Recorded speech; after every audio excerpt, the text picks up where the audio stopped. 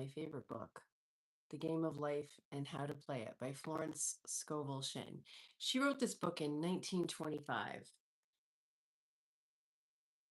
The game. Most people consider life a battle, but it is not a battle. It is a game. It is a game, however, which cannot be played successfully without the knowledge of spiritual law. And the Old and New Testaments give the rules of the game with wonderful clearness. Jesus Christ taught that it was a great game of giving and receiving. Whatsoever a man soweth, that shall he also reap. This means that whatever man sends out in word or deed will return to him. What he gives, he will receive. If he gives hate, he will receive hate. If he gives love, he will receive love. If he gives criticism, he will receive criticism. If he lies, he will be lied to. If he cheats, he will be cheated. We are taught also that the imaging faculty plays a leading part in the game of life. Keep thy heart or imagination with all diligence, for out of it are the issues of life. Proverbs 4:23. This means that what man images, sooner or later, externalizes in his affairs. I know of a man who feared a certain disease. It was a very rare disease and difficult to get, but he pictured continuously and read about it until it manifested in his body, and he died, the victim of distorted imagination. So, we see to play successfully the game of life, we must train the imaging faculty. A person with an imaging faculty, trained to image only good, brings into his life every righteous desire of his heart: health, wealth, love, friends, perfect self-expression, his highest ideals. The imagination has been called the scissors of the mind, and it is ever cutting, day by day, the pictures man sees there, and sooner or later he meets his own creations in his outer world.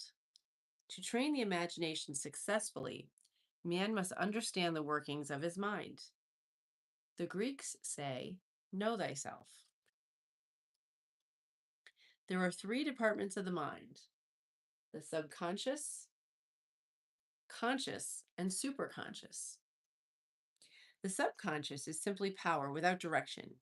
It's like steam or electricity. It does what it is directed to do. It has no power of induction.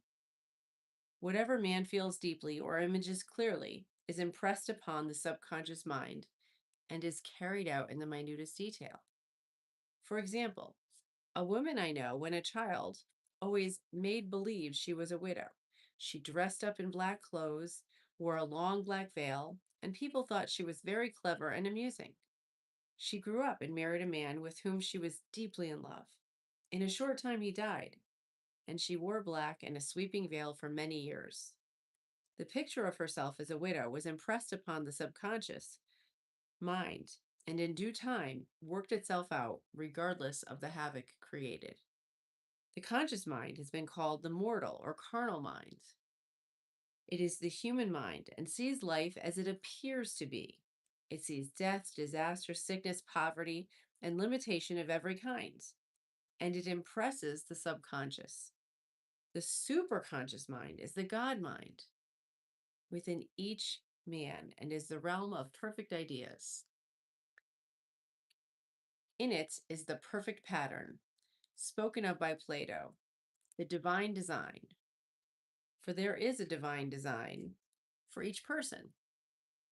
There is there is a place that you are to fill and no one else can fill. Something you are to do which no one else can do. There is a perfect picture of this in the superconscious mind. It usually flashes across the conscious as an unattainable idea or something too good to be true.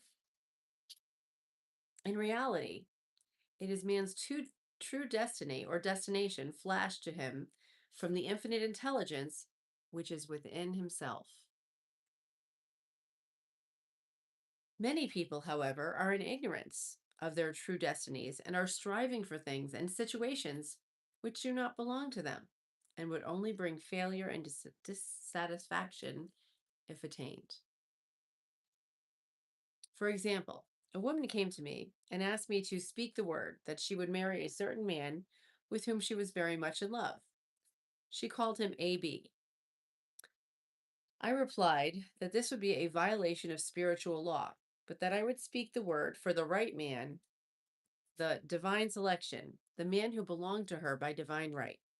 I added, if AB is the right man for you, you can't lose him. And if he isn't, you will receive his equivalent. She saw AB frequently, but no headway was made in their friendship. One evening she called and said, do you know, for the last week, AB hasn't seemed so wonderful to me. I replied, maybe he is not the divine selection. Another man might be the right one. Soon after that, she met another man who fell in love with her at once, and who she said was his ideal. In fact, he said all the things that she had always wished AB would say to her. She remarked, it's quite uncanny. She soon returned his love and lost all interest in AB. This shows the law of substitution. The right idea was substituted for the wrong one. Therefore, there was no loss or sacrifice involved. Jesus Christ said, seek ye first the kingdom of God and his righteousness, and all these things shall be added unto you. And he said, the kingdom was within man. The kingdom is the realm of right ideas, or the divine pattern. Jesus Christ taught that man's words played a leading part in the game of life. By your words ye are justified, and by your words ye are condemned. Many people have brought disaster into their lives through idle words. For example, a woman once asked me why her life was now one of poverty and limitation. Formerly, she had a home, was surrounded by beautiful things, and had plenty of money. When found she had often tired of the management of her home and had said repeatedly, I am sick and tired of things. I wish I lived in a trunk. And she added, today I am living in a trunk. She had spoken herself into a trunk. The subconscious mind has no sense of humor, and people often joke themselves into unhappy experiences. For example, a woman who had a great deal of money joked continuously about getting ready for the poorhouse. In a few years, she was almost destitute, having impressed the subconscious mind with a picture of lack and limitation. Fortunately, the law works both ways, and a situation of lack may be changed to one of plenty. For example, a woman came to me one hot summer's day for a treatment for prosperity. She was worn out, dejected, and discouraged. She said she possessed just $8 in the world. I said, good. We'll bless the $8 and multiply them as Jesus multiplied the loaves and the fishes. For he taught that every man has the power to bless and multiply. Excuse me. He taught that every man has the power to bless and multiply, to heal and to prosper. She said, what shall I do next? I replied, follow intuition. Have you a hunch to do anything or to go anywhere? Intuition means intuition, or to be taught from within. It's man's unerring guide, and I will deal more fully with its laws in a following chapter. The woman replied, I don't know. I seem to have a hunch to go home. I have just enough money for car fare. Her home was in a distant city and was one of lack and limitation. And the reasoning mind or intellect would have said, stay in New York and work and make more money. I replied, then go home, never violate a hunch. I spoke the following words for her. Infinite Spirit, open the way for great abundance, for she is an irresistible magnet for all that belongs to her by divine right. I told her to repeat it continuously also. She left for home immediately, and in calling upon a woman one day, she linked up with an old friend of her family. Through this friend, she received thousands of dollars in a most miraculous way. She has said to me often, tell people about the woman who came to you with $8 and a hunch. There will always be plenty on man's pathway, but it can only be brought into manifestation through desire, faith, or the spoken word. Jesus Christ brought out clearly that man must make the first move. Ask, and it shall be given. Seek, and you shall find. Knock, and it shall be opened unto you. Matthew 7:7. In the scriptures we read, concerning the works of my hands, command ye me. Infinite intelligence, God is ever ready to carry out man's smallest or greatest demands. Every desire, uttered or unexpressed, is a demand. We are often startled by having a wish suddenly fulfilled. For example, one Easter, having seen many beautiful rose trees in the florist windows, I wished I would receive one. And for an instant, I saw it mentally being carried in the door. Easter came, and with it, a beautiful rose tree. I thanked my friend the following day, and I told her it was just what I wanted. She replied, I didn't send you a rose tree, I sent you lilies. The man had mixed up the order and sent me a rose tree simply because I had started the law in action. I had to have a rose tree. Nothing stands between man and his highest ideals and every desire of his heart, but doubt and fear. When man can wish without worrying, every desire will be instantly fulfilled. I will explain more fully in a following chapter the scientific reason for this and how fear must be erased from the consciousness. It is man's only enemy: fear of lack, fear of failure, fear of sickness, fear of loss, fear, and a feeling of insecurity on some plane. Jesus Christ said, why are ye fearful, O ye of little faith? Matthew 8:26.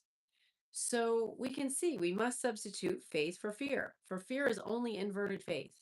It is faith in evil instead of good. The object of the game of life is to see clearly one's good and to obliterate all mental pictures of evil. This must be done by impressing the subconscious mind with the realization of good.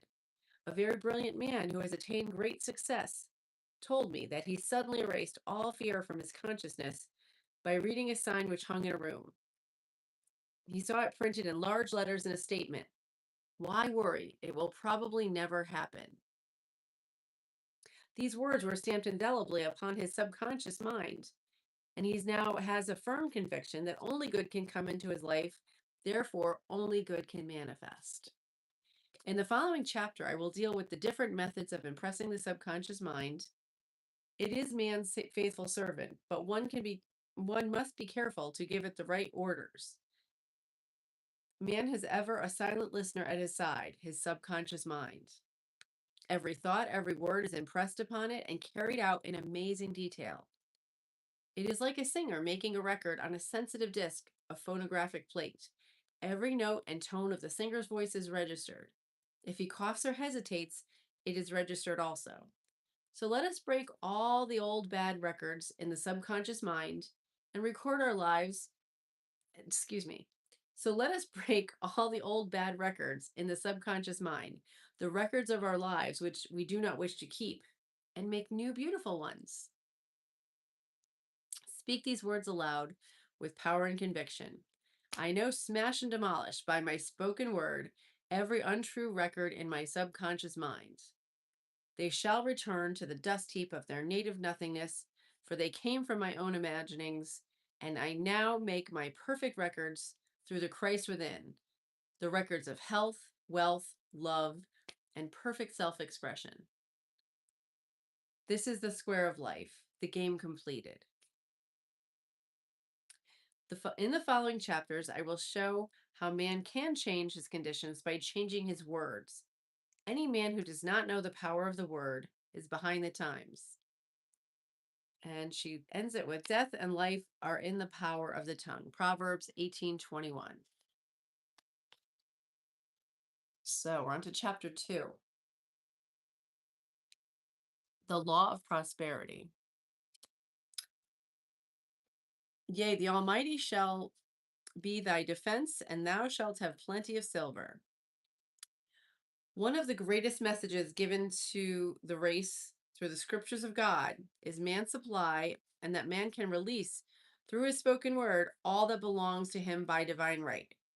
He must, however, have perfect faith in the spoken word. Isaiah said, Isaiah said, "My word shall not return unto me void, but shall accomplish that where it whereunto it is sent." We know now that words and thoughts are a tremendous vibratory force, ever molding man's body and affairs.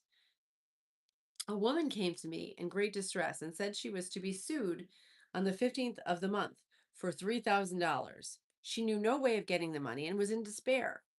I told her God was her supply, and there is a supply for every demand. So I spoke the word. I gave thanks that the woman would receive $3,000 at the right time in the right way. I told her she must have perfect faith and act her perfect faith. The 15 came, but no money had materialized.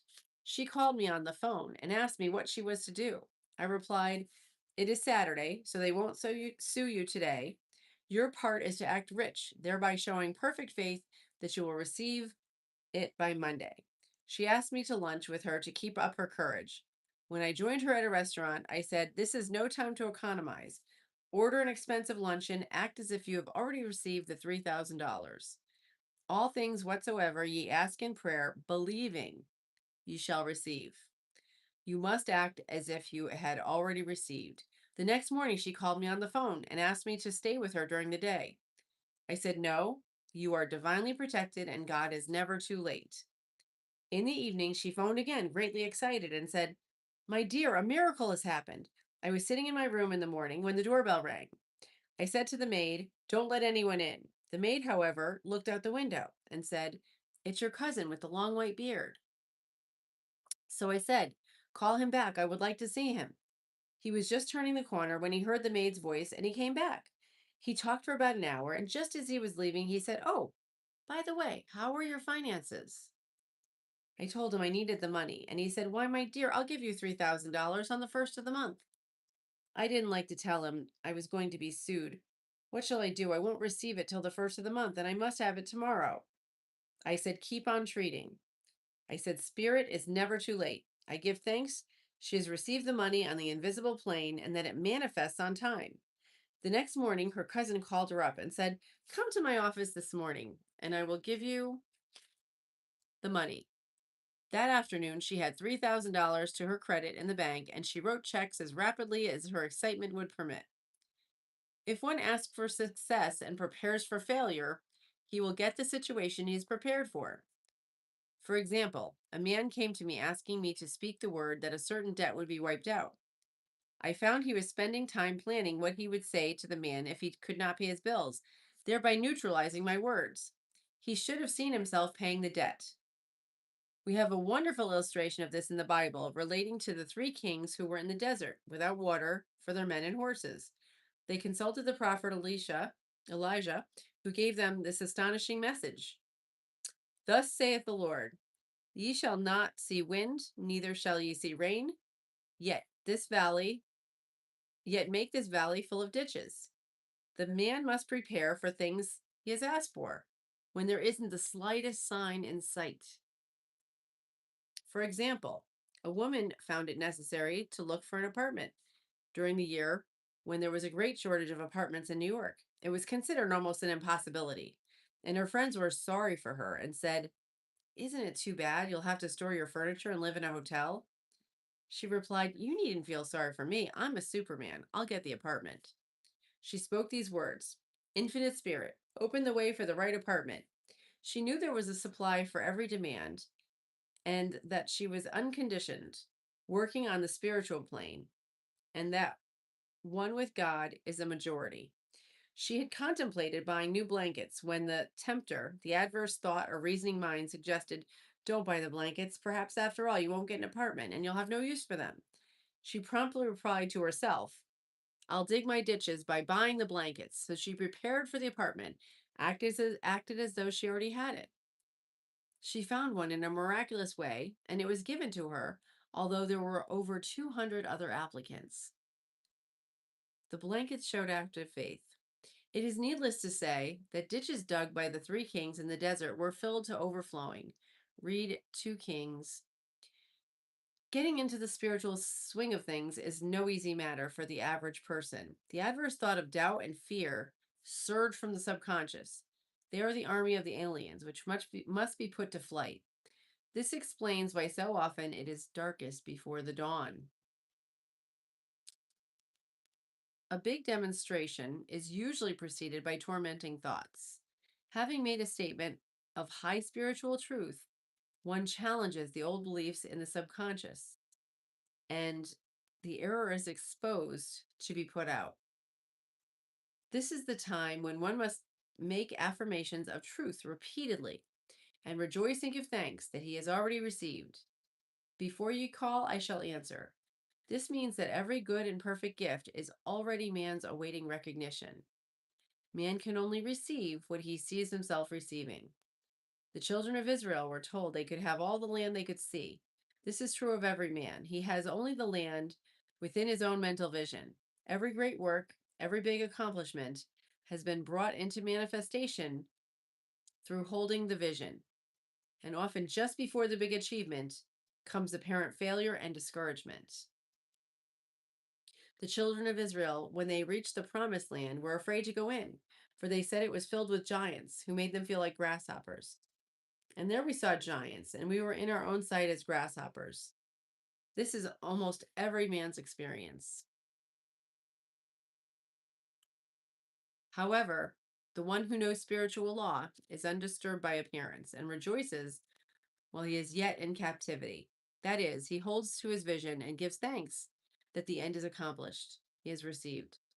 Jesus Christ gave a wonderful example of this. He said to his disciples, "Say not ye, there are not yet 4 months, and then cometh the harvest? Behold, I say to you, lift up your eyes and look onto the fields, for they are ripe already to harvest."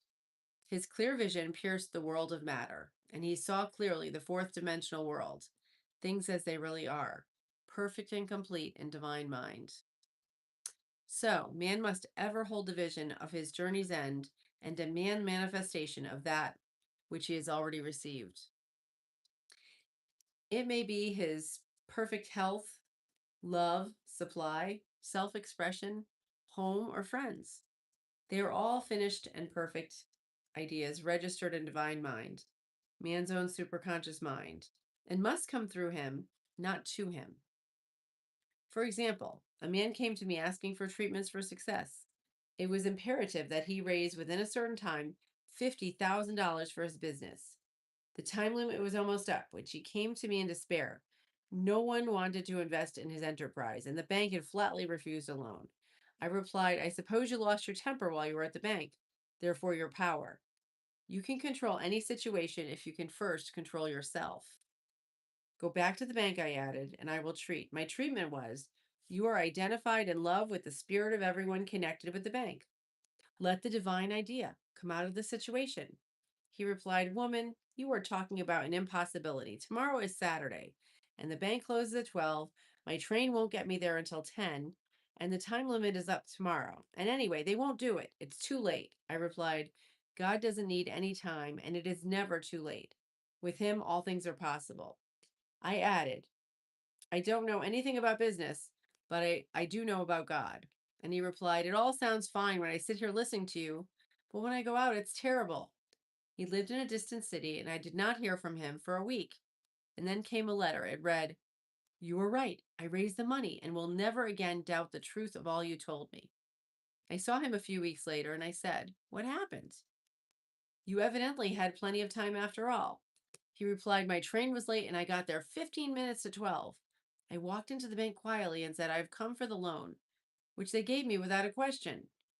It was the last 15 minutes of the time allotted to him, and Infinite Spirit was not too late. In this instance, the man could never have demonstrated alone. He needed someone to help him hold the vision. This is what one man can do for another." Jesus Christ knew the truth of this when he said, "If two of you agree on earth as touching anything that they shall ask, it shall be done for them of my Father which is in heaven." One gets too close to his own affairs and becomes doubtful and fearful. The friend or healer sees clearly the success, health, or prosperity and never wavers because he is not close to the situation. It is much easier to demonstrate for someone else than for oneself. So a person should not hesitate to ask for help if he feels himself wavering. A keen observer of life once said, No man can fail if some one person sees him successful. Such is the power of vision. And many a great man has owed his success to a wife, sister, or friend who believed in him and held without wavering to the perfect pattern. Okay, so this is from Florence Scovel Shinn, The Game of Life and How to Play It. Chapter 3. This is the book. Game of Life and How to Play It. Chapter 3. The Power of the Word. By thy words thou shalt be justified, and by thy words thou shalt be condemned.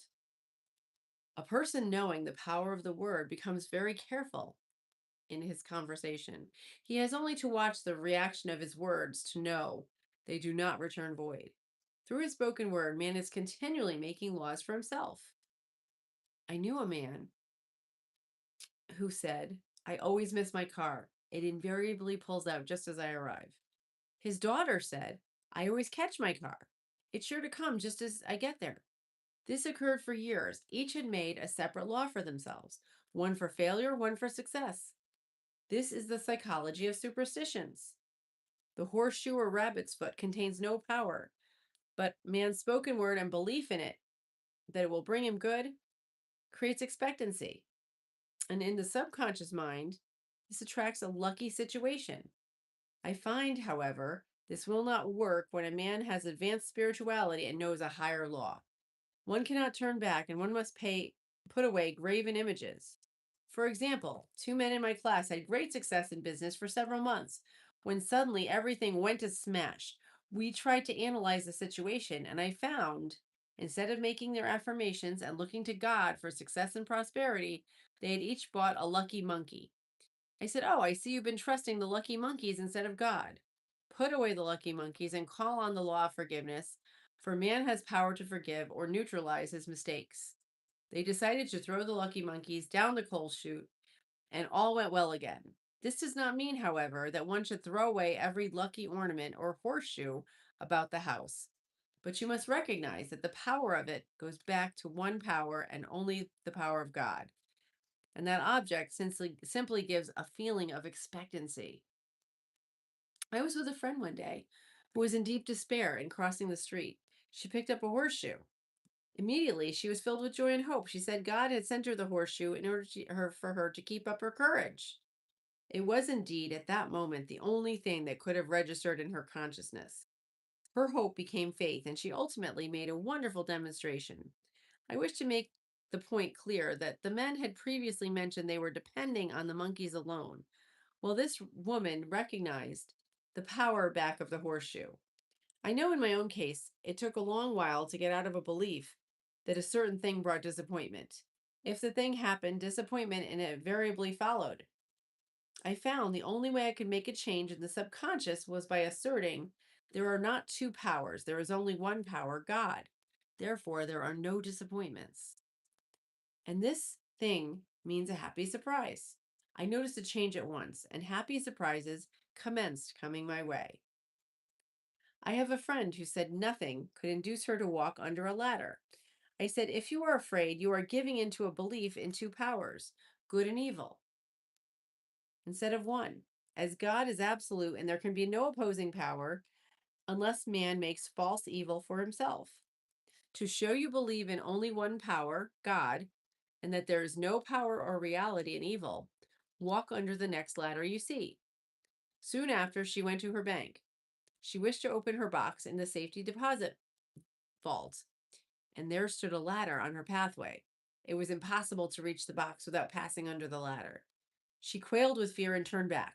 She could not face the lion in her pathway. However, when she reached the street, my words rang in her ears, and she decided to return and walk under it. It was a big moment in her life, for ladders had held her in bondage for years. She retraced her steps to the vaults, and the ladder was no longer there. This so often happens.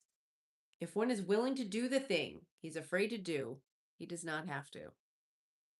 So, this is the law of non-resistance, which is so little understood.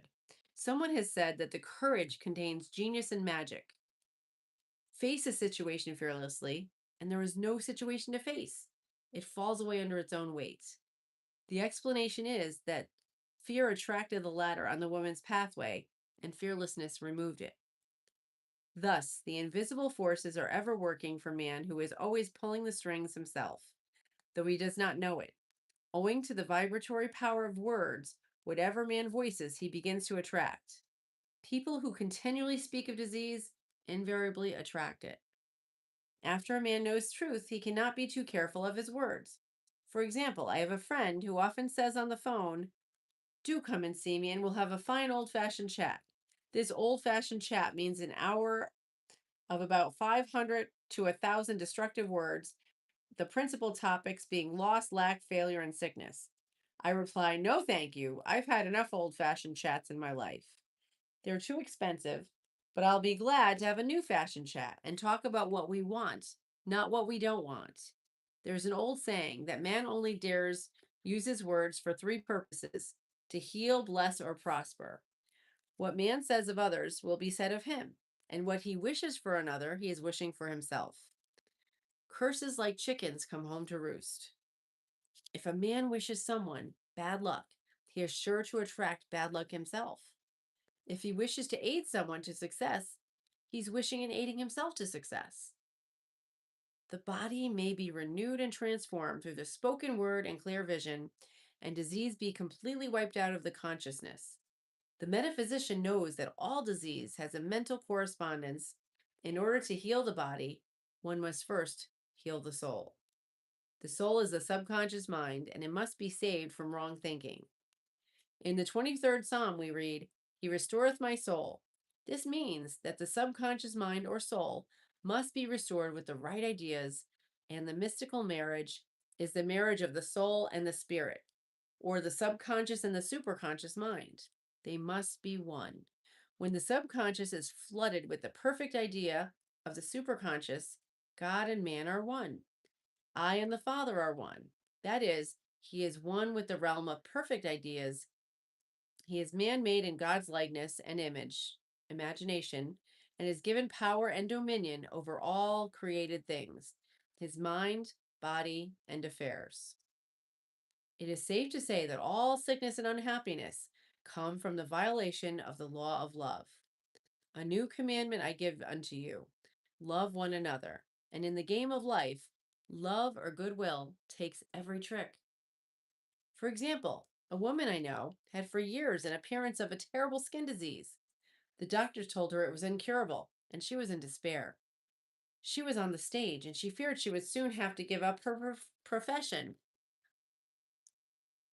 She had no other means of support.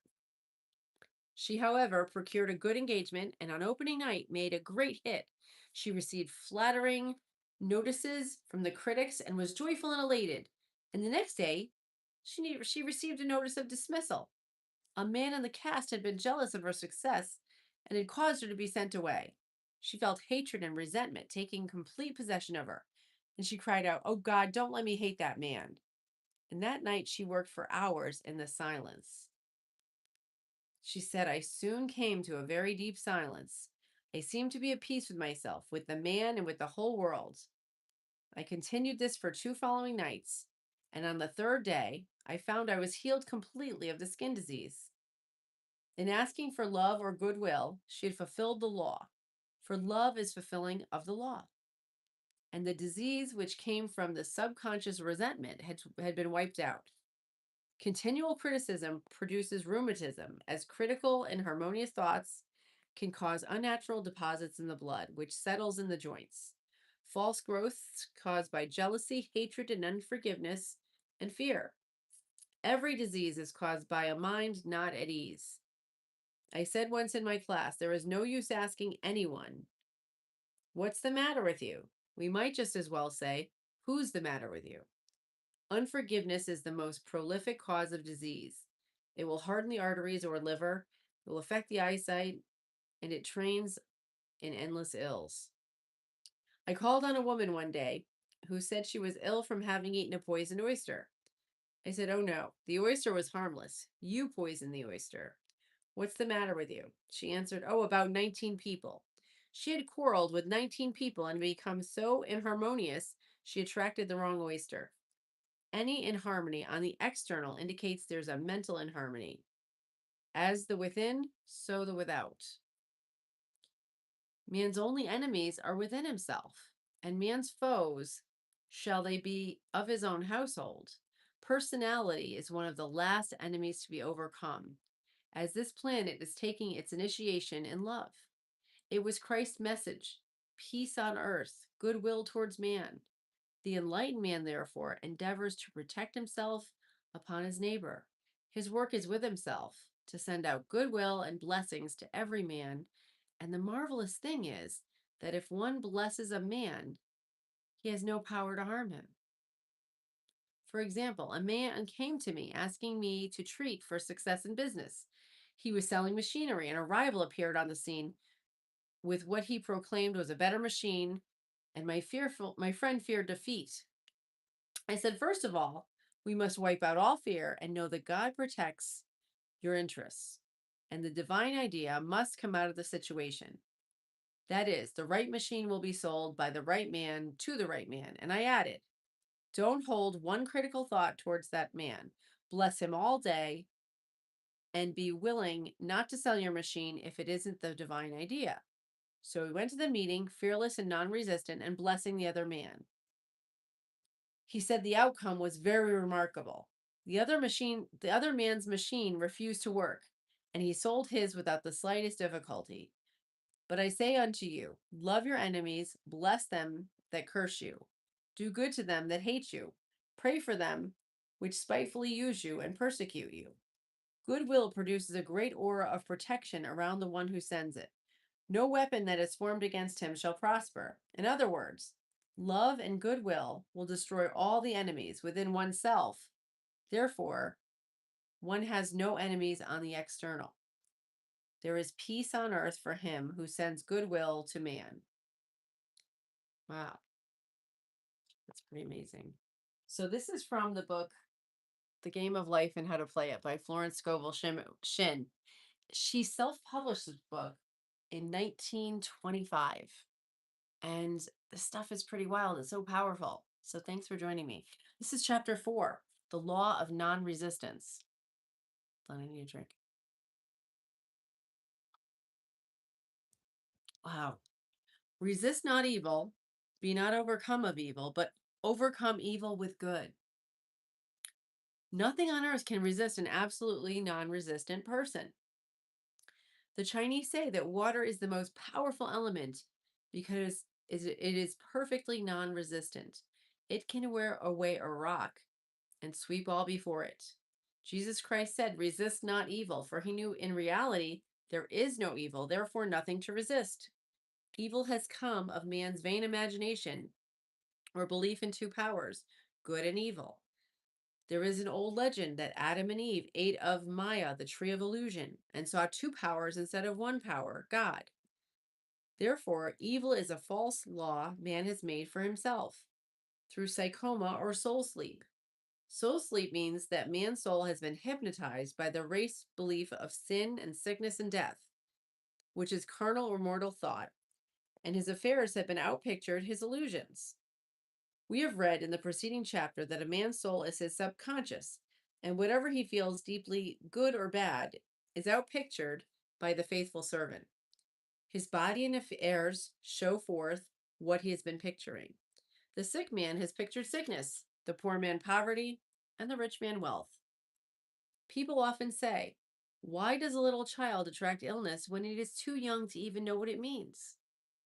I answer that children are sensitive and receptive to the thoughts of others about them, and often outpicture the fears of their parents.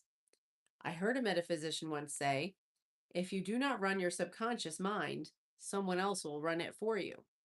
Mothers often unconsciously attract illness and disaster to their children by continually holding them in thoughts of fear, watching for symptoms. For example, a friend asked a woman if her little girl had had the measles. She promptly replied, not yet.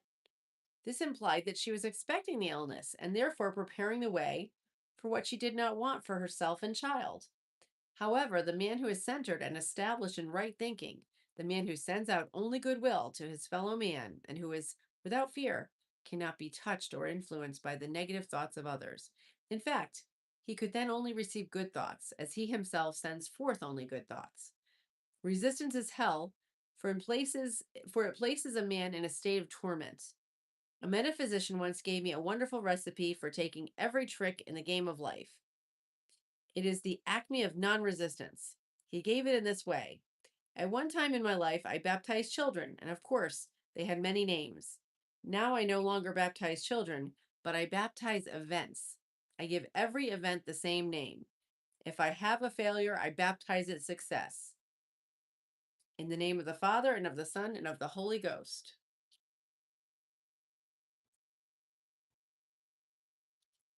There we go. In this, we see the great law of transmutation, founded on non resistance. Through his spoken word, every failure was transmuted into success. For example, a woman who required money and who knew the spiritual law of opulence was thrown continually in a business way with a man who made her feel very poor.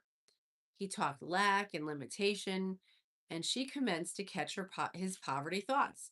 So she disliked him and blamed him for her failure. She knew, in order to demonstrate her supply, she must feel that she had received. A feeling of opulence must precede manifestation. It dawned upon her one day that she was resisting the situation and seeing two powers instead of one. So she blessed the man and baptized the situation success. She affirmed, as there is only one power, God, this man is here for my good and my prosperity. Just what he did not seem to be there for. Soon after that, she met, through this man, a woman who gave her, for a service rendered, several $1,000s. And the man moved to a distant city and faded harmoniously from her life.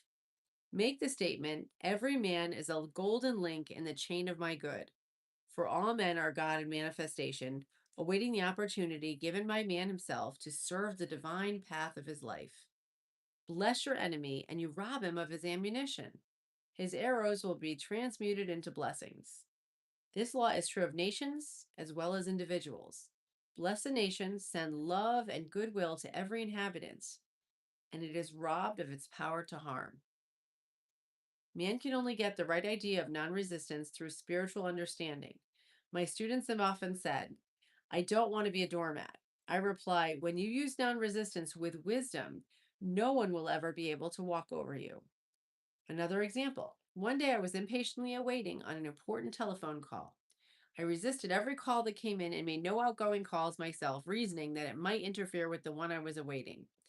Instead of saying, divine ideas never conflict, the call will come at the right time, leaving to infinite intelligence to arrange, I commenced to manage things myself. I made the battle mine, not God's, and remained tense and anxious. The bell did not ring for about an hour, and I glanced at the phone and found the receiver had been off that length of time, and the phone was disconnected. My anxiety, fear, and disbelief in interference had brought a total eclipse of the telephone. Realizing what I had done, I commenced blessing the situation at once. I baptized it success and affirmed, I cannot lose any call that belongs to me by divine right. I am under grace and not under law.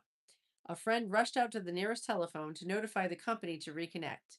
She entered a crowded grocery store, but the proprietor left his customers and attended to the call himself. My phone was connected at once, and 2 minutes later, I received a very important call, and about an hour afterward, the one I had been awaiting. One ship comes in over a calm sea. So, as long as man resists the situation, he will have it with him. If he runs from it, it will run after him.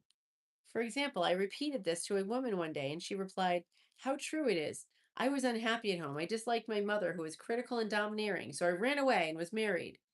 But I married my mother, for my husband is exactly like my mother, and I had the same situation to face again. Agree with thine adversary quickly. This means agree that the adverse situation is good, be undisturbed by it, and it falls away of its own weight. None of these things will move me is a wonderful affirmation. The inharmonious situation comes with it some inharmony within man himself. When there is in him no emotional response to an inharmonious situation, it fades away forever from his pathway. So we see man's work is ever within himself. People have said to me, give treatments to change my husband or my brother. I replied, no, I will give treatments to change you. When you change, your husband and your brother will change. One of my students had the habit of lying. I told her it was a failure method if she lied, and she would be lied to. And she replied, I don't care. I can't possibly get along without lying. One day she was speaking on the phone to a man with whom she was very much in love. She turned to me and said, I don't trust him. I know he's lying to me. I replied, well, you lied to yourself, so someone has to lie to you. And you will be sure it will be just the person you want the truth from. Sometime after that, I saw her, and she said, I'm cured of lying. I questioned, what cured you? She replied, I had been living with a woman who lied worse than I did. Often one is cured of his faults by seeing them in others. Life is a mirror, and we find only ourselves reflected in our associates. Living in the past is a failure method and is a violation of spiritual law. Jesus Christ said, behold, now is the accepted time.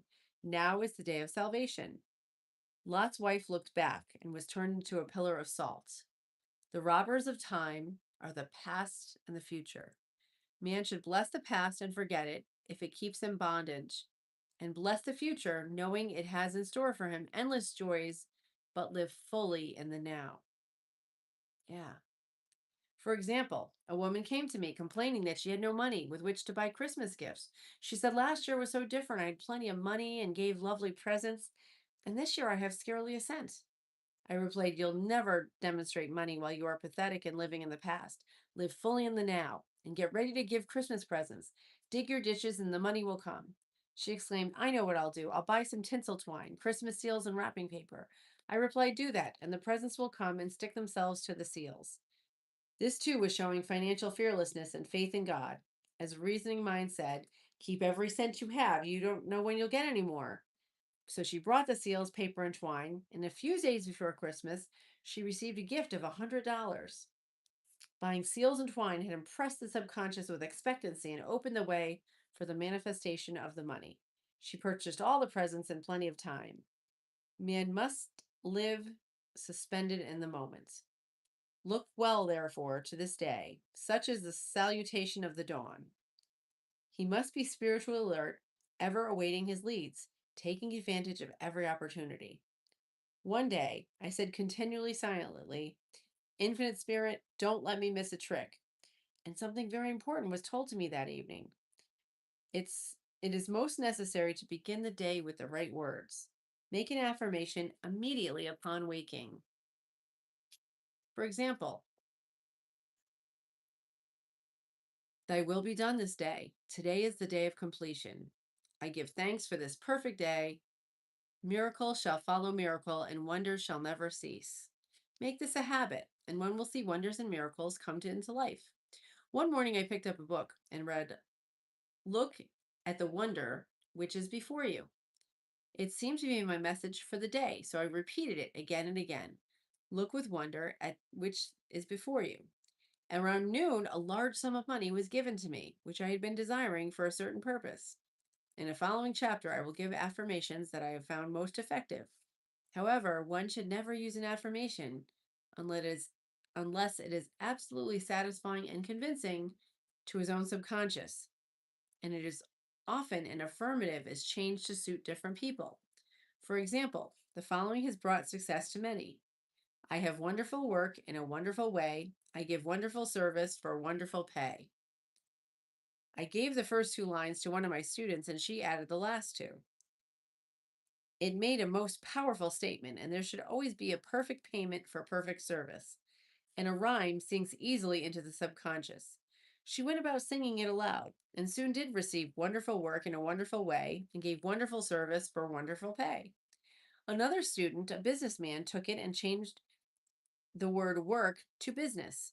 He repeated, I have a wonderful business in a wonderful way. I give wonderful service for wonderful pay. That afternoon, he made $41,000 in a deal, and there have been no activity in his affairs for months before that. Every affirmation must be carefully worded and completely to cover the ground. For example, I know a woman who was in great need and made a demand for work. She received a great deal of work, but was never paid for anything. She now knows to add wonderful service for wonderful pay. It is man's divine right to have plenty, more than enough. His barn should be full, his cup should overflow. This is God's idea for man. And when man breaks down the barriers of lack in his own consciousness, the golden age will be his, and every right and desire of his heart shall be fulfilled. So we're reading from The Game of Life by Florence Scovel Shinn. This is chapter, I think it's 5, The Law of Karma and the Law of Forgiveness.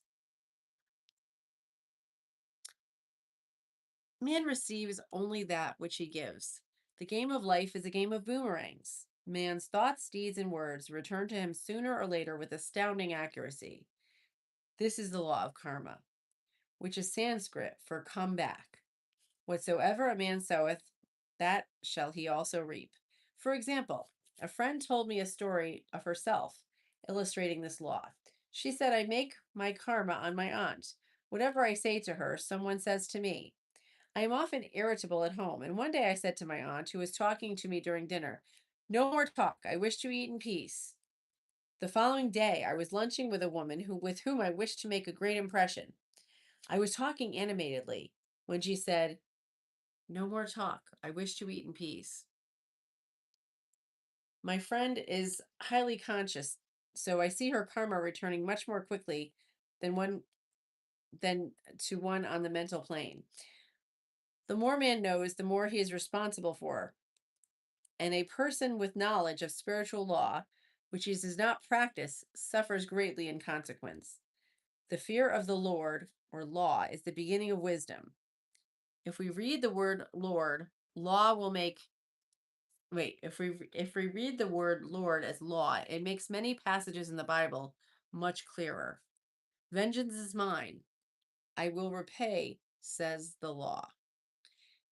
It is the law which takes vengeance, not God. God sees man perfect, created in his own imagination, and given power and dominion.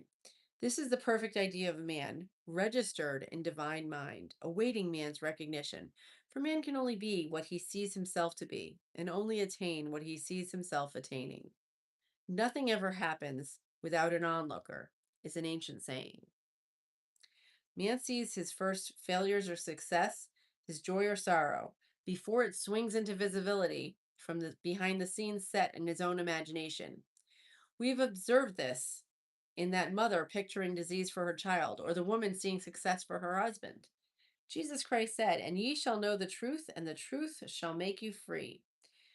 So we see freedom from unhappy conditions comes through knowledge, a knowledge of spiritual law. Obedience precedes authority, and the law obeys man when he obeys the law. The law of electricity must be obeyed before it becomes man's servant. When handled ignorantly, it becomes man's deadly foe. So with the laws of the mind. For example, a woman with a strong personal will wished she owned a house which belonged to an acquaintance, and she often made mental pictures of herself living in the house. In the course of time, the man died and she moved into the house. Several years afterwards, coming into the knowledge of spiritual law, she said to me, do you think I had anything to do with that man's death? I replied, yes, your desire was so strong, everything made way for it. But you paid your karmic debt. Your husband, whom you loved devotedly, died soon after, and the house was a white elephant on your hands for years. The original owner of the house, however, could not have been affected by her thoughts had he been positive in the truth, nor her husband, but they were both under karmic law. The woman should have said, feeling the great desire for the house, infinite intelligence, give me the right house, equally as charming as this house, which is mine by divine right. The divine selection would have given perfect satisfaction and brought good to all. The divine pattern is the only safe pattern to work by. Desire is a tremendous force and must be directed in the right channels or chaos ensues. In demonstrating, the most important step is the first step to ask aright. Man should always demand only that which is his by divine right. To go back to the illustration, had the woman taken this attitude, if this house I desire is mine, I cannot lose it. If it is not, give me its equivalent. And the man might have decided to move out harmoniously, had it been the divine selection for her. Or another house would have been substituted. Anything forced into manifestation through personal will is always ill-got and has ever bad success. Man is admonished, "My will be done, not thine." And the curious thing is, man always gets just what he desires when he does relinquish personal will, thereby enabling infinite intelligence to work through him. Stand ye still and see the salvation of the Lord. For example, a woman came to me in great distress. Her daughter had determined to take a very hazardous trip, and the mother was filled with fear. She said she had used every argument, pointed out the dangers to be encountered, forbidden her to go. But the daughter became more and more rebellious and determined. I said to the mother, "You are forcing your personal will upon your daughter, which you have no right to do. And your fear of the trip is only attracting her to it. For man attracts what he fears." I added, "Let go, take your mental hands off, and put it in God's hands, and use the statement, I put this situation in the hands of infinite love and wisdom. If this trip is the divine plan, I bless it and no longer resist. But if it is not divinely planned, I give thanks. It is now dissolved and dissipated." A day or two after that, her daughter said to her, "Mother, I have given up the trip." The situation returned to its native nothingness. It is in learning to stand still, which seems so difficult for man. I will deal more fully with this law in the chapter on non-resistance. I give another example of sowing and reaping, which comes in a most curious way. A woman came to me saying she had received a letter of counterfeit, sorry, a woman came to me saying she had received a counterfeit $20 bill given to her at the bank. She was much disturbed, for she said the people at the bank will never acknowledge their mistake. I replied, "Let us analyze the situation and find out why you attracted it." She thought for a few moments and exclaimed, "Oh, I know. I sent a friend a lot of stage money just for a joke. So the law sent her some stage money, for it doesn't know anything about jokes." I said, "Now we will call on the law of forgiveness and neutralize the situation. Christianity is founded on the law of forgiveness. Christ had redeemed from us the curse of karmic laws, and Christ within us is the Redeemer and salvation from all inharmonious conditions." So I said, "Infinite Spirit, we call on the law of forgiveness and give thanks that she is now under grace and not under law, and cannot lose this $20, which is hers by divine right. Now," I said, "go to the bank and tell them fearlessly that it was given to you there by mistake." She obeyed, and to her surprise, they apologized and gave her another bill, treating her most courteously. So, the law gives man power to rub out his mistakes. Man cannot force the external to be what he is not. If he desires riches, he must be first rich in consciousness. Okay, for example, a woman came to me asking for treatment for prosperity. She did not take much interest in her household affairs, and her home was in great disorder. I said to her, "If you wish to be rich, you must be orderly. All men with great wealth are orderly, and order is heaven's first law." I added, "You will never become rich with a burnt match in the pincushion." She had a good sense of humor and commenced immediately putting her house in order. She rearranged furniture, straightened up bureau drawers, cleaned rugs, and soon made a big financial demonstration, a gift from a relative. The woman herself became made over and keeps herself keyed up financially by being ever watchful of the external and expecting prosperity, knowing that God is her supply. Many people are in ignorance of the fact that gifts and things are investments, and that hoarding and saving are invariably leading to loss. There is that scattereth, yet increaseth, and there is that withholdeth more than meat, but it tendeth to poverty. For example, I knew a man who wanted to buy a fur-lined overcoat. He and his wife went to various shops, but there was none he wanted, and he said they were all too cheap looking. At last he was shown one that the salesman said was valued at $1,000, but the manager would sell it to him for $500, as it was late in the season. His financial possessions amounted to about $700. The reasoning mind would have said, "You can't afford to spend nearly all you own on a coat." But he was very intuitive and never reasoned. So he turned to his wife and said, "If I get this coat, I'll make a ton of money." So the wife consented weakly. About a month later, he received a $10,000 commission. The coat made him feel so rich, it linked him with success and prosperity.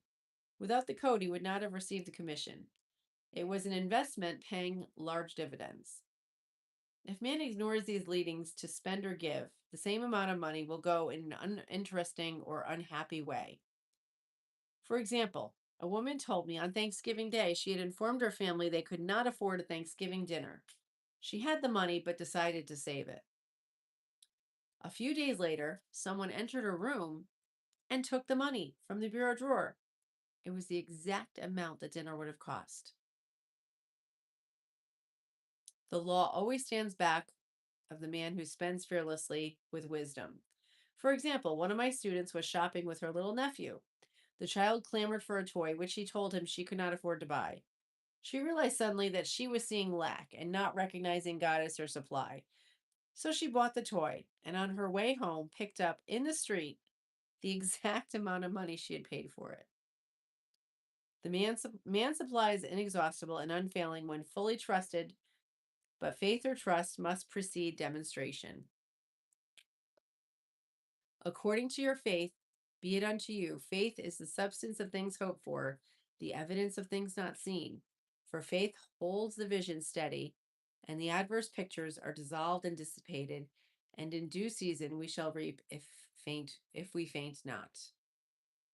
Jesus Christ brought good news, the gospel, that there was a higher law than the law of karma, and that the law transcendeth the law of karma. It is the law of grace or forgiveness. It is the law which frees man from the law of cause and effect, the law of consequence, under grace and not under law. We are told that on this plane, man reaps what he has not sown. The gifts of God are simply poured out upon him, and that the kingdom affords is his. This continued state of bliss awaits the man who overcomes the race or world thought. In world thought, there is tribulation, but Jesus Christ said, "Be of good cheer, I have overcome the world." The world thought is that of sin, sickness, and death. He saw their absolute unreality and said that sickness and sorrow shall pass away and death itself, the last enemy, be overcome. We know now from a scientific standpoint that death could be overcome by stamping the subconscious mind with the conviction of eternal youth and eternal life. The subconscious, being simply power without direction, carries out orders without questioning. Working under the direction of the superconscious, the Christ or God within man, the resurrection of the body would be accomplished. Man would no longer throw off his body in death. It would be transformed into the body electric, sung by Walt Whitman, for Christianity is founded upon forgiveness of sins and an empty tomb. That's beautiful. This we're reading today from the book The Game of Life and How to Play It by Florence Scovel Shinn.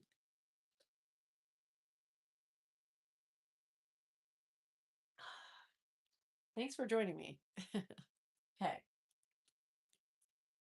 This is like the 6th chapter. It's called Casting the Burden. This is a really good chapter. Impressing the subconscious. When man knows his own powers and the workings of his mind, his great desire is to find an easy and quick way to impress the subconscious with good. For simply an intellectual knowledge of the truth will not bring results.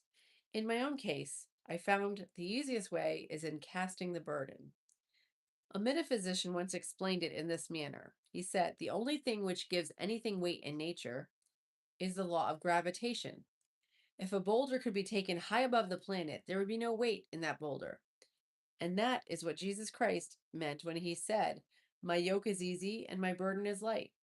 He had overcome the world of vibration and functioned in the fourth dimensional realm, where there is only perfection, completion, joy, and life. He said, "Come to me, all that labor and are heavy burdened. I will give you rest. Take my yoke upon you, for my yoke is easy and my burden is light." We are also told in the 55th Psalm to cast thy burden upon the Lord. Many passages in the Bible state that the battle is God's, not man's, and that man is always to stand still and see the salvation of the Lord. This indicates that the superconscious mind, or Christ within, is the department which fights man's battles and relieves him of burdens. We see, therefore, that man violates law if he carries a burden, and a burden is an adverse thought or condition, and this thought or condition has its root in subconscious. It seems almost impossible to make any headway directing the subconscious from the conscious or reasoning mind, as the reasoning mind, the intellect, is limited in its conceptions and filled with doubts and fears. How scientific it is, then, to cast the burden upon the superconscious mind, or the Christ within, where it is made light or dissolved into its native nothingness. For example, a woman in urgent need of money made light upon the Christ within, the superconscious, with the statement, I cast this burden of lack on the Christ within, and I go free to have plenty. The belief in lack was her burden, as she had cast it upon the superconscious with the belief of plenty. An avalanche of supply was the result. We read, the Christ in you is the hope of glory. Another example, one of my students had been given a new piano, and there was no room in her studio for it until she had moved out the old one. She was in a state of perplexity. She wanted to keep the old piano, but knew of no place to send it. She became desperate, as the new piano was to be sent immediately. In fact, it was on its way with no place to put it. She she said it came to her to repeat, I cast this burden on the Christ within and I go free. A few moments later, the phone rang, and a woman friend asked if she might rent her old piano, and it was moved out a few minutes before the new one arrived. I knew a woman whose burden was resentment. She said, I cast the burden of resentment on the Christ within, and I go free to be loving, harmonious, and happy. The almighty superconscious flooded the subconscious with love, and her whole life changed. For years, resentment had held her in a state of torment and imprisoned her soul, the subconscious mind. The statement should be made over and over, and sometimes for hours at a time, silently or audibly, with quietness but determination. I have often compared it to winding up a Victrola. We must wind ourselves up with spoken words. I've noticed that in casting the burden, after a little while, one seems to see clearly. It is impossible to have clear vision while in the throes of carnal mind. Doubts and fear poison the mind and body, and imagination runs riot, attracting disaster and disease. In steadily repeating the affirmation, I cast the burden on the Christ within and go free, the vision clears, and with a feeling of relief, and sooner or later comes the manifestation of good, be it health, happiness, or supply. One of my students once asked me to explain the darkness before the dawn. I referred to it in a preceding chapter. The fact that often before a big demonstration, everything seems to go wrong. The deep depression clouds consciousness. It means out of the subconscious are rising doubts of fear, of the ages. These old derelicts of subconscious rise to the surface to be put out. It is then that man should clap his cymbals like Jehoshaphat and give thanks that he is saved, even though he seems surrounded by the enemy, the situation of lack or disease. The student continued, how long must one remain in the dark? And I replied, until one can see in the dark. And casting the burden enables one to see in the dark. In order to impress the subconscious, active faith is always essential. Faith without works is dead. In these chapters, I have endeavored to bring out this point. Jesus Christ showed active faith when he commanded the multitude to sit on the ground before he gave thanks for the loaves and fishes. I will give another example showing how necessary this step is. In fact, active faith is the bridge over which man passes to the promised land. Through misunderstanding, a woman had been separated from her husband, whom she loved deeply. He refused all offers of reconciliation and would not communicate with her in any way.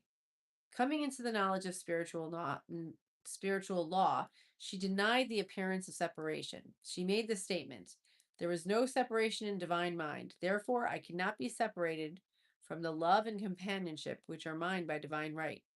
She showed active faith by arranging a place for him at the table every day, thereby impressing the subconscious with a picture of his return. Over a year passed, but she never wavered. And one day, he walked in. The subconscious is often impressed through music. Music has a fourth dimensional quality and releases the soul from imprisonment. It makes wonderful things seem possible and easy of accomplishment. I have a friend who uses her Victrola daily for this purpose. It puts her in perfect harmony and releases the imagination. Another woman often dances while making her affirmations. The rhythm and harmony of the music and the motions carry her words forth with tremendous power. The student must also remember not to despise the day of small things. Invariably, before a demonstration come signs of land. Before Columbus reached America, he saw birds and twigs which showed him he was near. So it is with demonstrations, but often a student mistakes it for the demonstration himself and is disappointed. For example, a woman had spoken the word for a set of dishes. Not long afterwards, her friend gave her a dish which was old and cracked. She came to me and said, "Well, I asked for a set of dishes, and all I got was a cracked plate." I replied, "The plate was only signs of land. It shows your dishes are coming. Look upon it as birds and seaweed." And not long after, the dishes came. Continually making believe impresses the subconscious. If one makes believe he is rich and makes believe he is successful, in due time he will reap. Children are always making believe. Except ye be converted and become as little children, ye shall not enter the kingdom of heaven. For example, I know of a woman who was very poor, but no one could make her feel poor. She earned a small amount of money from rich friends who constantly reminded her of her poverty and to be careful in saving. Regardless of their admonitions, she would spend all of her earnings on a hat or make someone a gift and be in rapturous state of mind. Her thoughts were always centered on beautiful clothes and rings and things, but without envying others. She lived in the world of the wondrous, and only riches seemed to be real to her. Before long, she married a rich man, and the rings and things became visible. I do not know whether the man was the divine selection, but opulence had led to manifest in her life, and she imagined only opulence. There is no peace or happiness for man until he has erased all fear from the subconscious. Fear is misdirected energy and must be redirected or transmuted into faith. Jesus Christ said, "Why are ye fearful, O ye of little faith? All things are possible to him that believeth." I am asked so often by my students, "How can I get rid of fear?" I reply, by walking up to the thing you are afraid of. The lion takes its fierceness from your fear. Walk up to the lion and he will disappear. Run away and he will run after you. I have shown in previous chapters how the lion of lack disappeared when the individual spent money fearlessly, showing that faith in God was his supply and therefore unfailing. Many of my students have come out of the bondage of poverty and are now bountifully supplied through losing all fear and letting money go out. The subconscious is impressed with the truth that God is the giver of the gift. God is the giver and the gift, and therefore, one is one with the giver. He is one with the gift. A splendid statement is, "I now thank God, the giver, for God, the gift." Man has so long separated himself from his good and his supply through his thoughts of separation and lack that sometimes it takes dynamite to dislodge these false ideas from the subconscious. And the dynamite is a big situation. We see in the foregoing illustration how the individual was freed from his bondage by showing fearlessness. Man should watch himself hourly to detect if his motive was action for fear or faith. Choose ye this day whom we shall serve, fear or faith. Perhaps one fear is of personality. Then do not avoid the people feared. Be willing to meet them cheerfully, and they will either prove golden links in the chain of one's good or disappear harmoniously from one's pathway. Perhaps one's fear is of disease or germs. Then one should be fearless and undisturbed in a germ-laden situation, and he would be immune. One can only contract germs while vibrating at the same rate as the germ. Fear drags men down to the level of the germ. Of course, the disease-laden germ is the product of carnal mind, as of all thought must objectify. Germs do not exist in the superconscious or divine mind. Therefore, the product of man's vain imagination. In the twinkling of an eye, man's release will come when he realizes there is no power in evil. The material world will fade away, and the fourth dimensional world, the world of wondrous, will swing into manifestation. And I saw a new heaven and a new earth, and there shall be no more death, neither sorrow nor crying, neither there shall be any more pain, for the former things are passed away. Wow.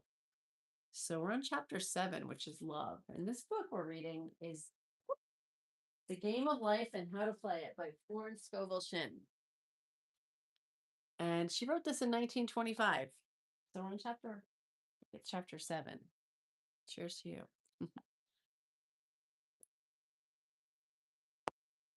Okay. This chapter is love. So I'm wondering what she's going to say about love. Okay. Every man on this planet is taking his initiation in love. A new commandment I give unto you, that ye love one another. Haputsky states in Tertium Organum that love is a cosmic phenomenon and opens to man the fourth dimensional world, the world of the wondrous. Real love is selfless and free from fear. It pours itself out upon the object of its affection without demanding any return. Its joy is in the joy of giving. Love is God in manifestation. It is the strongest magnetic force in the universe. Pure, unselfish love draws itself to its own. It does not need to seek or demand. Scarcely anyone has the faintest conception of real love. Man is selfish, tyrannical, or fearful in his affections, thereby losing the thing he loves. Jealousy is the worst enemy of love, for the imagination runs riot, seeing the loved one attracted to another, and invariably these fears objectify if they are not neutralized. Okay. For example, a woman came to me in deep distress. The man she loved had left her for another woman, and he said he never intended to marry her. She was torn with jealousy and resentment, and she hoped he would suffer as he made her suffer, and added, "How could he leave me when I loved him so much?" I replied, "You are not loving that man, you are hating him," and added, "You can never receive what you have never given. Give a perfect love, and you will receive a perfect love. Perfect yourself on this man. Give him a perfect, unselfish love, demanding nothing in return. Do not criticize or condemn. Bless him wherever he is." She replied, "No, I won't bless him until I know where he is." Well, I said, that is not real love. When you send out real love will return to you, either from this man or his equivalent. For if this man is not the divine selection, you will not want him. And you are one with God, and you are one with the love which belongs to you by divine right. Several months passed, and manners remained about the same. But she was working conscientiously with herself. I said, "When you are no longer disturbed by his cruelty, he will cease to be cruel, as you are attracting it through your own emotions." Then I told her of a brotherhood in India who never said good morning to each other. They used these words: "I salute the divinity in you." They saluted the divinity in every man and in the wild animals in the jungle, and they were never harmed, for they saw God in every living thing. I said, "Salute the divinity in this man and say, I see your divine self only. I see you as God sees you, perfect, made in his image and likeness." She found she was becoming more poised and gradually losing her resentment. He was a captain, and she always called him the Cap. One day she suddenly said, "God bless the Cap wherever he is." I replied, "Now that is real love. And when you have become a complete circle and are no longer disturbed by the situation, you will have his love or attract its equivalent." I was moving at this time and I did not have a telephone, so I was out of touch with her for a few weeks when one morning I received a letter saying, "We are married." At the earliest opportunity, I paid her a call. My first words were, "What happened?" "Oh," she exclaimed, "a miracle. One day I woke up with all the suffering had ceased. I saw him that evening and he asked me to marry him. We were married in about a week, and I have never seen a more devoted man." There's an old saying, "No man is your enemy, no man is your friend, every man is your teacher." So one should become impersonal and learn what each has to teach him, and soon he would learn his lessons and be free. The woman's lover was teaching her selfless love, which every man sooner or later must learn. Suffering is not necessary for man's development. It is the result of a violation of spiritual law, but few people seem able to rouse themselves from their soul sleep without it. When people are happy, they are usually selfish, and automatically the law of karma is set into action. Man often suffers loss through lack of appreciation. I knew a woman who had a very nice husband, but she said often, "I don't care anything about being married, but that's nothing against my husband. I'm simply not interested in married life." She had lots of other interests and scarcely remembered she had a husband. She only thought of him when she saw him, and one day her husband told her he was in love with another woman and left. She came to me in distress and resentment. I replied, "It's exactly what you spoke the word for. You said you didn't care anything for being married. So the subconscious worked to get John married." She said, "Oh, yes, I see. People get what they want, and then they feel very much hurt. She soon became in perfect harmony with the situation and knew they were both much happier apart. When a woman becomes indifferent or critical and ceases to become an inspiration to her husband, he misses the stimulus of their early relationship and is restless and unhappy. A man came to me dejected, miserable, and poor. His wife was interested in the science of numbers and had him read. It seems the report was not very favorable, for he said, "My wife says I'll never amount to anything because I am a 2." I replied, "I don't care what your number is. You're a perfect idea in divine mind, and we will demand the success and prosperity which are already planned for you by that infinite intelligence." Within a few weeks, he had a very fine position, and a year or two later, he achieved a brilliant success as a writer. No man is a success unless he loves his work. The picture the artist paints for love of his art is his greatest work. The pot boiler is always something to live down. No man can attract money if he despises it. Many people are kept in poverty by saying money means nothing to me. I am in contempt of people who have it. This is the reason so many artists are poor. Their contempt for money separates them from it. I remember hearing one artist say to another, "He's no good as an artist. He has money in the bank." This attitude of mind, of course, separates man from his supply. He must be in harmony with the thing to attract it. Money is God in manifestation, freedom from want and limitation, but it must always be kept in circulation and put to right uses. Hoarding and saving will react with grim vengeance. This does not mean that men should not have houses and lots and stocks and bonds, for the barns of the righteous man shall be full. It means man should not hoard even principle if the occasion arise when money is necessary. In letting go fearlessly and cheerfully, he opens the way for more to come in. For God is man's unfailing and inexhaustible supply. This is the spiritual attitude towards money, and the great bank of the universal never fails. We see an example of hoarding in the film production of Greed. The woman won $5,000 in a lottery, but would not spend it. She hoarded it and saved it, let her husband suffer and starve, and eventually she scrubbed floors for a living. She loved the money itself and put everything one might have, and put it above everything. And one night she was murdered and the money was taken from her. This is an example of love of money as the root of all evil. Money in itself is good and beneficial, but when used for destructive purposes, hoarded and saved, or considered more important than love, brings disease and disaster and the loss of money itself. Following the path of love, and all things are added, for God is love and God is supply. Follow the path of selfishness and greed, and the supply vanishes. Man is separated from it. For example, I knew the case of a very rich woman who hoarded her income. She barely gave anything away, but bought and bought and bought things for herself. She was very fond of necklaces, and a friend once asked her how many she possessed. She replied 67, and she brought them and put them away carefully wrapped in tissue paper. Had she used the necklaces, it would have been quite legitimate, but she was violating the law of use. Her closets were filled with clothes she never wore and jewels which never saw the light. The woman's arms gradually became paralyzed from holding on to things, and she was eventually considered incapable of looking after her own affairs and her wealth, and was handed over to others to manage. So, man in ignorance of law brings about his own destruction. All disease, all unhappiness comes from the violation of the law of love.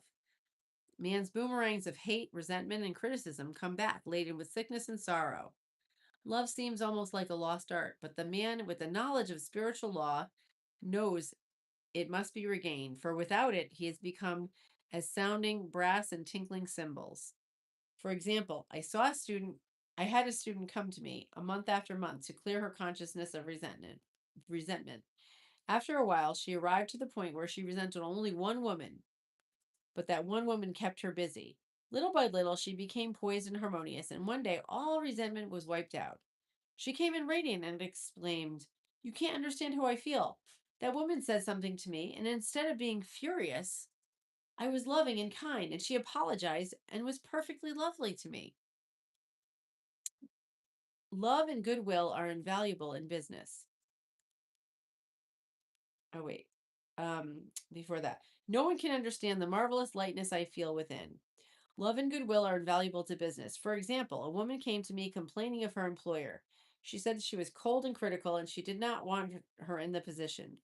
Well, I replied, salute the divinity in the woman and send her love. She said, I can't. She's a marble woman. I answered, you remember the story of the sculptor who asked for a certain piece of marble? He asked why he wanted it, and he replied, because there is an angel in the marble, and out of it he produced a wonderful work of art. She said, very well, I'll try. A week later, she came back and said, I did what you told me to do, and now the woman is very kind and took me out in her car. People are sometimes filled with remorse for having done someone an unkindness, perhaps years ago. If wrong cannot be righted, its effect can be neutralized by doing one kindness in the present. This is one thing I do, forgetting those things which are behind and reaching forth unto those things which are before. Sorrow, regret, and remorse tear down the cells of the body and poison the atmosphere of the individual. A woman said to me in deep sorrow, treat me to be happy and joyous, for my sorrow makes me so irritable with members of my family that I keep making more karma. I was asked to treat a woman who was mourning for her daughter. I denied all belief in loss and separation and affirmed that God was the woman's joy and love and peace. The woman gained her poise at once, but was sent word by her son not to treat any longer because she was so happy it wasn't respectable. So mortal mind loves to hang on to griefs and regrets. I knew a woman who went about bragging of her troubles, so of course she was always getting something to brag about. An old idea was if the woman did not worry about her children, she was not a good mother. Now we know that mother fear is responsible for many of the diseases and accidents which come into the lives of children. For fear pictures vividly the disease or situation feared, and these pictures objectify if not neutralized. Happy is the mother who can say sincerely that she puts her child in God's hands and knows, therefore, he is divinely protected. For example, a woman awoke suddenly in the night, feeling her brother was in great danger. Instead of giving in to her fears, she commenced making the statements of truth, saying, man is a perfect idea in the divine mind and is always in the right place, and therefore my brother is in his right place and divinely protected. The next day, she found out that her brother had been in a close proximity to an explosion in a mine, but had miraculously escaped. So, man is his brother's keeper in thought, and every man should know that the things he loved dwell in secret places of the Most High, and abides under the shadow of the Almighty. There shall no evil befall thee, neither shall any plague come nigh thy dwelling. Perfect love casts out fear. He that feareth is not made perfect in love, and love is the fulfilling of the law. Wow. Hmm. We're reading from Florence Scovel Shinn's The Game of Life and How to Play It. She published it herself in 1925. Okay. Intuition or guidance. This chapter is interesting. In all thy ways acknowledge him, and he shall direct thy paths. There is nothing too great of accomplishment for the man who knows the power of his word and who follows his intuitive leads. By the word, he starts action, unforeseen forces that can rebuild his body or remold his affairs.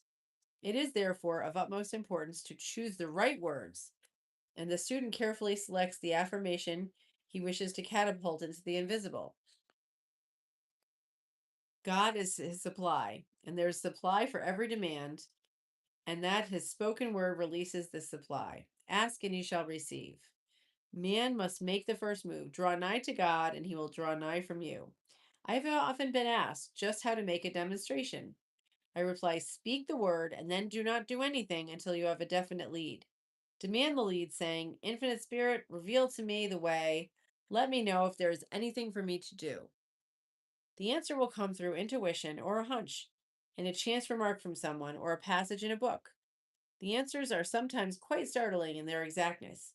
For example, a woman desired a large sum of money. She spoke the words, Infinite Spirit, open the way for my immediate supply.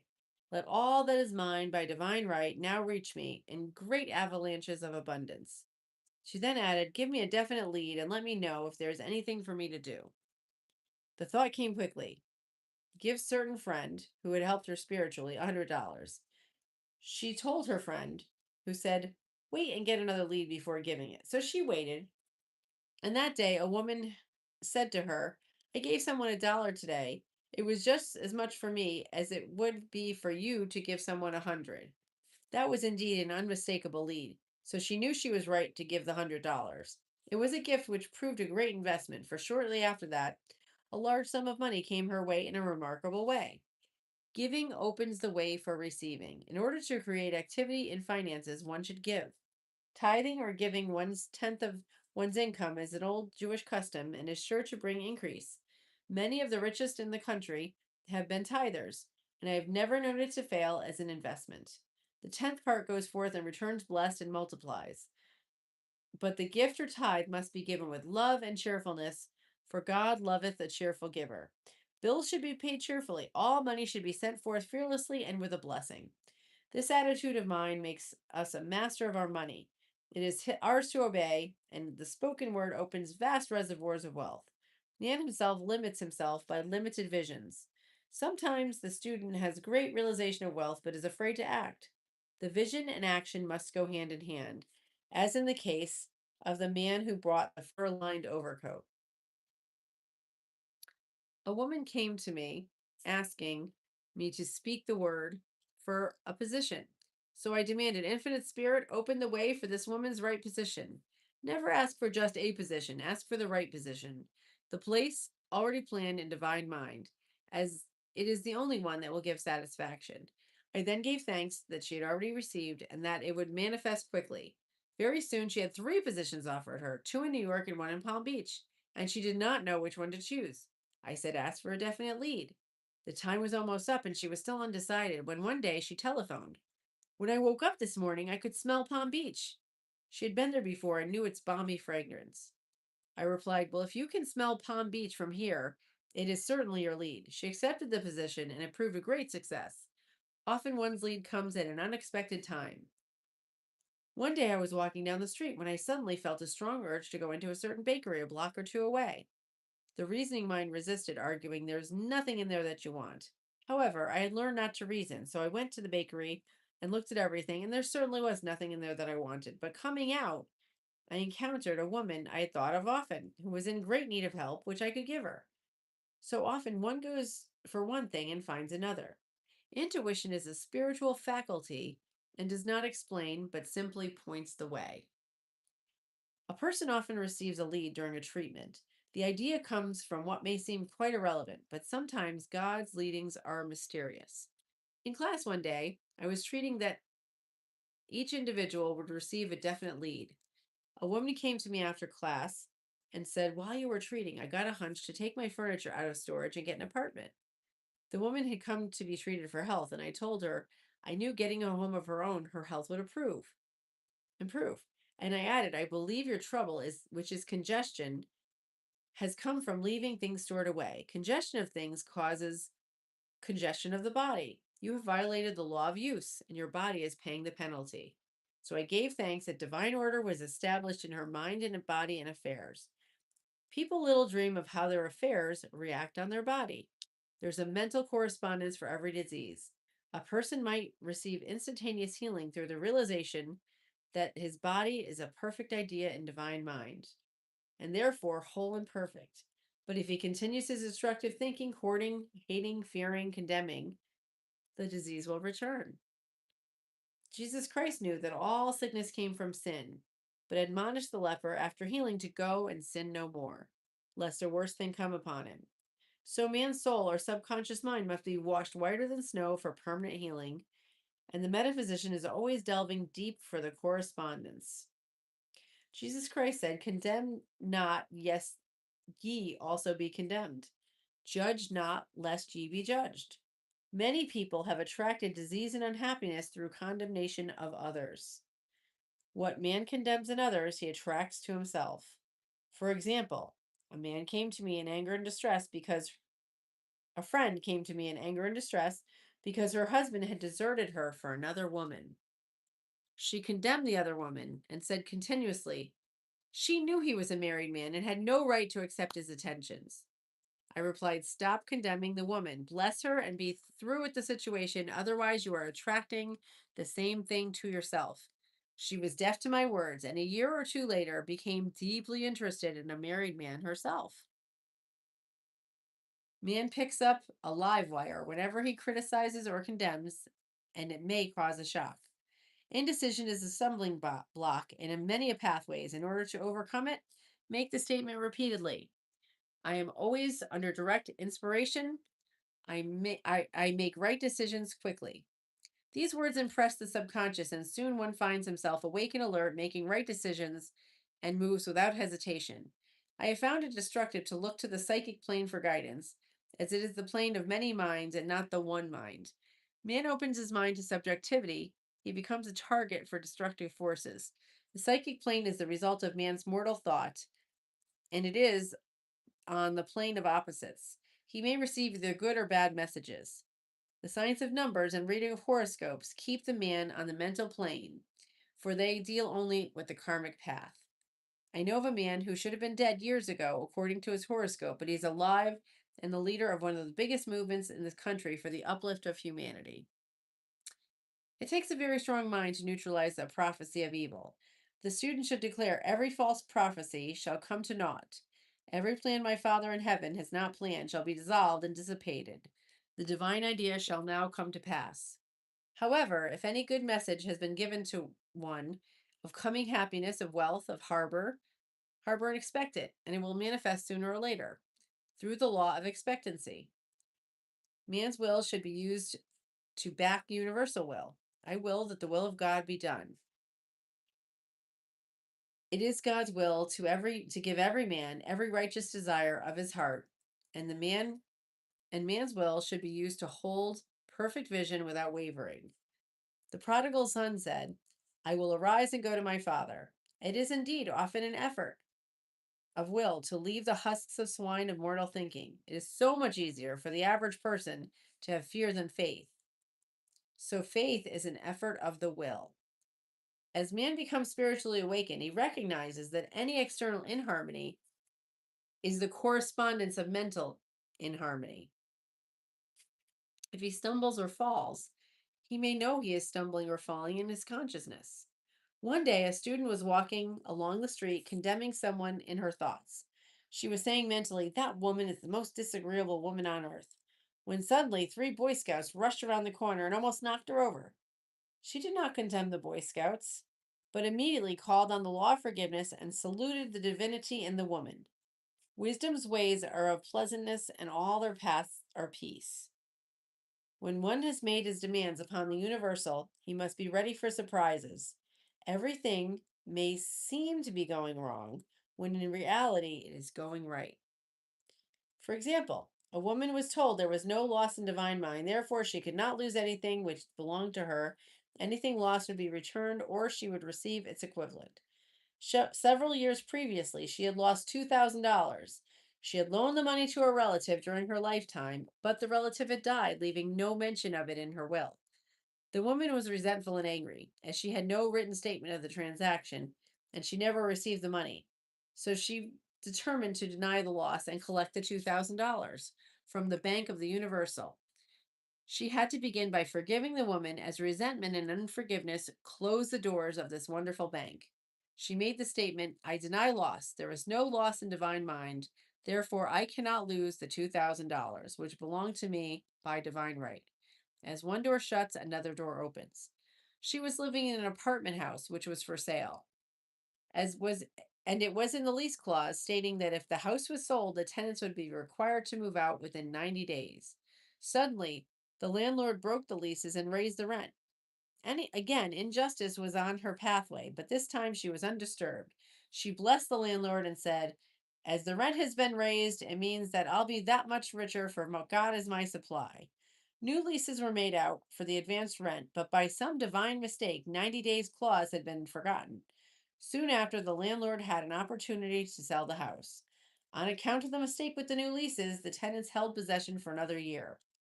The agent offered each tenant $200 if he would vacate. Several families moved, 3 remained, including the woman. A month or two passed, and the agent again appeared. This time he said to the woman, will you break your lease for the sum of $1,500? It flashed upon her, here comes the $2,000.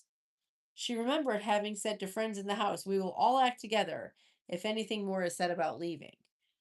So her lead was to consult her friends. The friends said, "Well, if they offered you 1,500, they will certainly give you 2,000." So she received a check for 2,000 for giving up the apartment. It was certainly a remarkable working of the law, and the apparent injustice was merely opening the way for her demonstration. It proved that there is no loss when man takes a spiritual stand and collects all that is his from the great reservoir of good. "I will restore to you the years the locusts have eaten." The locusts are the doubts, fears, and resentments that regrets of mortal thinking. These adverse thoughts alone rob man, for no man gives to himself but himself. No man takes away from himself but himself. Man is here to prove God and to bear witness to the truth, as he can only prove God by bringing plenty out of lack and justice out of injustice. Prove to me now how prove to me now herewith, says the Lord of hosts, if I will not open you the windows of heaven to pour a blessing that there shall not be room enough to receive it. Whew. Wow. Okay.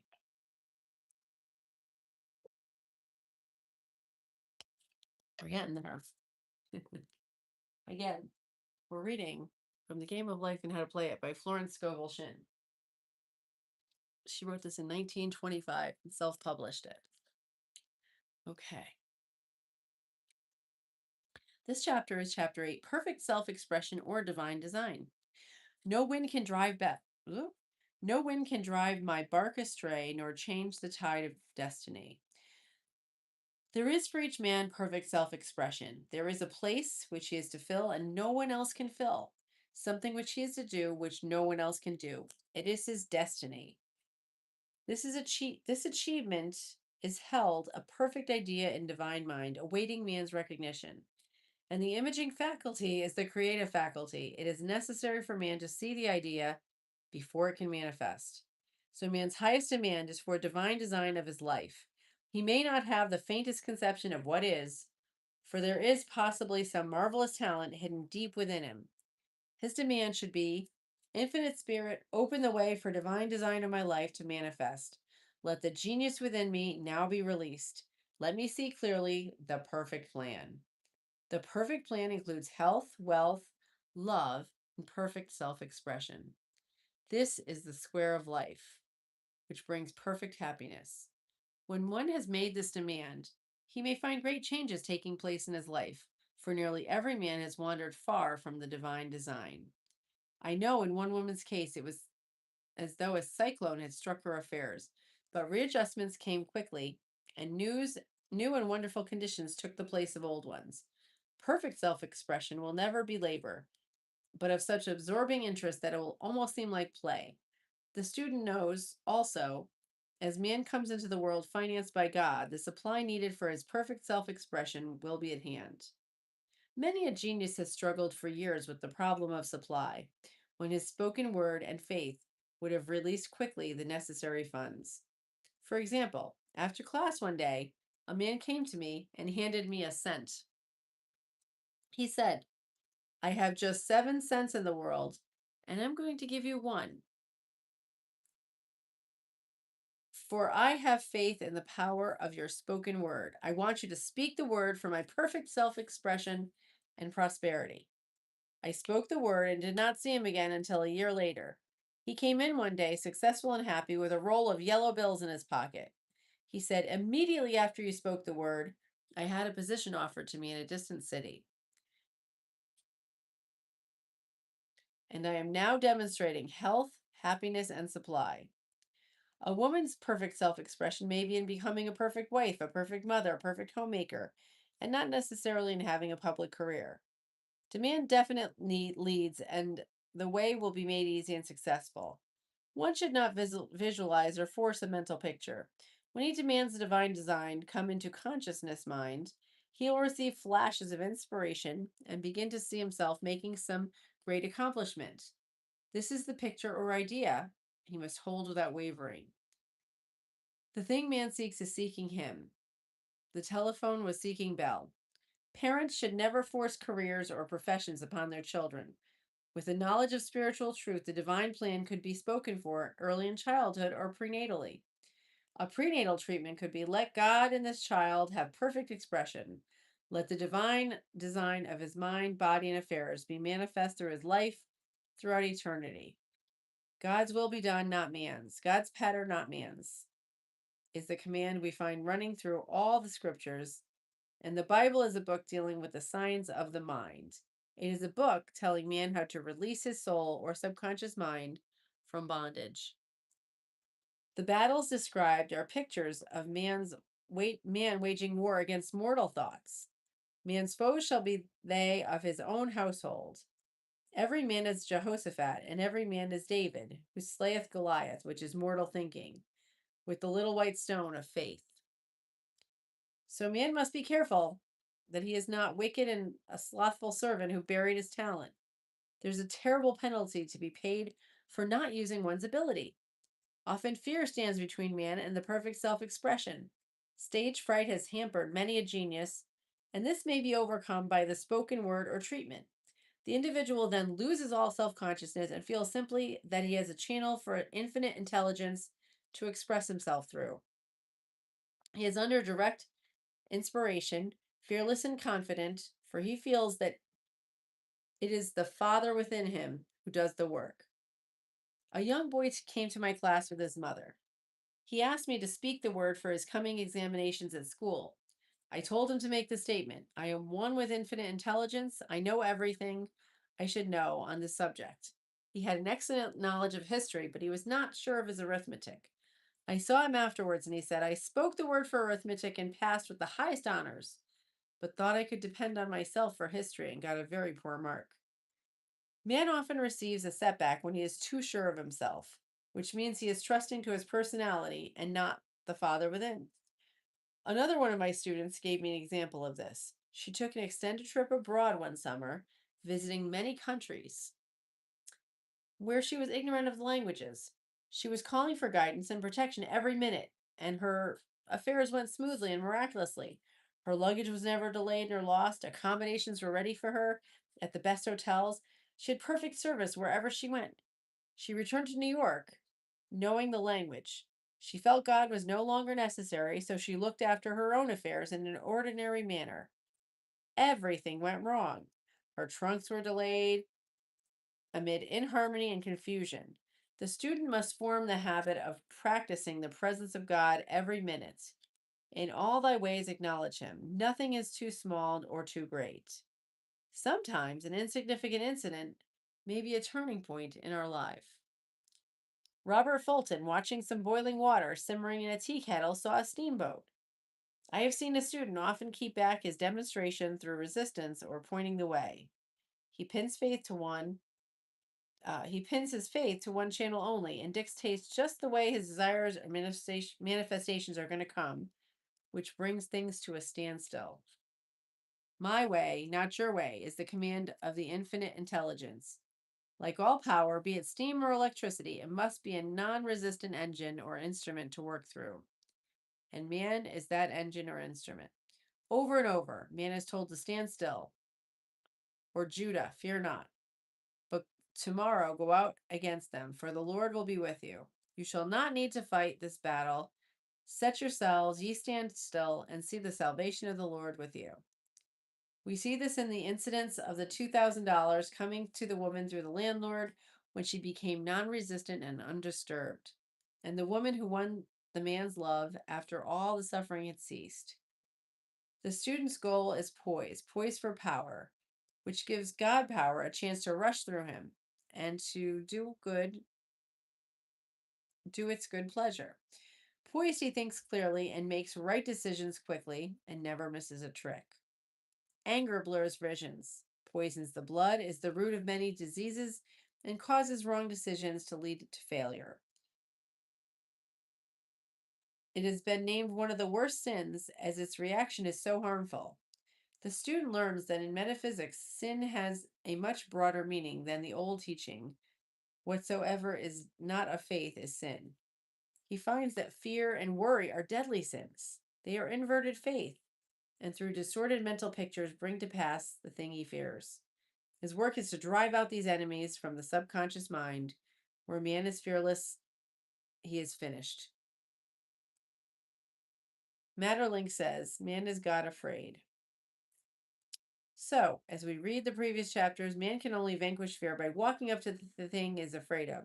When Jehoshaphat and his army prepared to meet the enemy, singing, "Praise the Lord, for his mercy endures forever," they found their enemies had destroyed each other, and there was nothing to fight. Another example: a woman asked a friend to deliver a message to another friend. The woman feared to give the message, as the reasoning mind said, "Don't get mixed up in this affair. Don't give that message." She was troubled in spirit, for she had given her promise. At last she determined to walk up to the lion and call on the law of divine protection. She met the friend whom she was delivered the message to. She opened her mouth to speak when her friend said, "So and so has left town." This made it unnecessary to give the message, as the situation depended on the person being in town. As she was willing to do it, she was not obliged to do it. As she did not fear, the situation vanished. The student often delays his demonstration through a belief in incompletion. He should make this statement: in divine mind, there is only completion. Therefore, my demonstration is completed. My perfect work, my perfect home, my perfect health. Whatever he demands are perfect ideas registered in divine mind, must manifest under grace and in a perfect way. He gives thanks he has already received the invisible and makes active preparation for receiving on the visible. One of my students was in need of financial demonstration. She came to me and asked why it was not completed. I replied, "Perhaps you are in the habit of leaving things unfinished, and the subconscious has gotten into the habit of not completing. As without, so within." She said, "You're right. I often begin things and never finish them. I'll go home and finish something I've commenced weeks ago, and I know it'll be symbolic of my demonstration." So she sewed assiduously, and the article was soon completed. Shortly after, the money came in a most curious manner. Her husband was paid a salary twice that month. He told the people of their mistake, and they sent word to keep it. When man asks believing, he must receive, for God creates his own channels. I have been sometimes asked, suppose one has several talents. How do you know which one to choose? Demand to be shown definitely. Say, "Infinite Spirit, give me a definite lead. Reveal my perfect self expression. Show me talent that I'm supposed to make use of now." I've known people to suddenly enter a new line of work and be fully equipped with little or no training. So make the statement, "I am fully equipped for the divine plan of my life," and be fearless in grasping opportunities. Some people are cheerful givers, but bad receivers. They refuse gifts through pride or some negative reason, thereby blocking their channels, invariably finding themselves eventually with little or nothing. For example, a woman who had given away a great deal of money had a gift offered her of several $1,000s. She refused to take it, saying she did not need it. Shortly after that, her finances were tied up, and she found herself in debt for that amount. Man should receive gracefully, the bread returning to him upon the water, yet freely given. Freely you shall receive. There is always the perfect balance of giving and receiving, and though man should give without thinking of returns, he violates the law if he does not accept the returns which come to him. For all gifts are from God, man merely being the channel. A thought of lack should never be held over the giver. For example, when the man gave me 1 cent, I did not say, "Poor man, he cannot afford to give me that." I saw him rich and prosperous with the supply pouring in. It was this thought which brought it. If one had been a bad receiver, he must become a good one, and take even a postage stamp if it is given to him, and it opens up the channels for receiving. The Lord loveth a cheerful receiver as well as a cheerful giver. I have often been asked why one man is born rich and healthy and the other poor and sick. When there is an effect, there is always a cause. There is no such thing as chance. This question is answered through the law of reincarnation. Man goes through many births and deaths until he knows the truth which sets him free. He is drawn back to earth plane through unsatisfied desire to pay his karmic debts or to fulfill his destiny.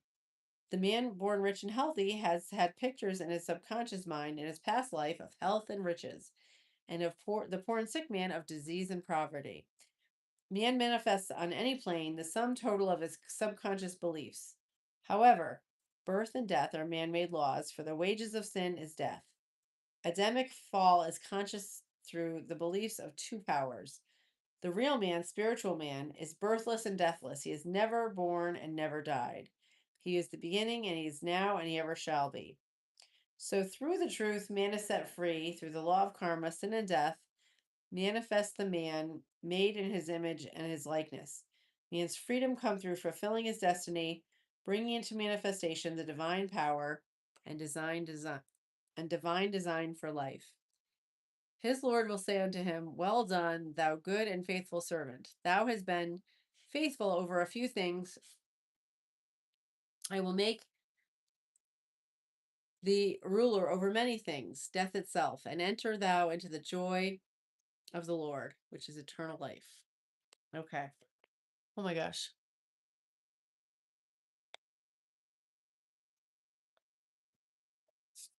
Okay. Let's see how much more is left. Okay. I think we're almost done. Yeah. Okay. We're close. Again, we're reading from The Game of Life and How to Play It by Florence Scovel Shinn. This chapter is, I believe, chapter 9, called Denials and Affirmations. Thou shalt also decree a thing, and it shall be established unto thee. All the good that is to be made manifest in man's life is already accomplished, fact in divine mind, and is released through man's recognition or spoken word. So he must be careful to decree only divine ideas be made manifest, for often he decrees through idle words failure or misfortune. It is therefore of utmost importance to word one's demands correctly, as stated in the previous chapter. If one desires a home, friend, position, or any other good thing, make the demand for the divine selection. For example, Infinite Spirit, open the way for my right home, my right friend, my right position. I give thanks it now manifests under grace in a perfect way. The latter of the statement is important. For example, I knew a woman who demanded $1,000. Her daughter was injured and she received $1,000 indemnity, so it did not come to her in a perfect way. The demand should have been worded this way: Infinite Spirit, I give thanks that the $1,000 which is mine by divine right is now released and reaches me under grace in a perfect way. As one grows in financial consciousness, he should demand that the enormous sums of money which are his by divine right reach him under grace in perfect ways. It is impossible for man to release more than he thinks is possible, for one is bound by the limited expectancies of the subconscious. He must enlarge his expectancies in order to receive a larger way. Man so often limits himself with his demands. For example, a student made a demand for $600 by a certain date. He did receive it, but heard afterwards that he came very near receiving $1,000, but he was given only 600 as the result of his spoken word.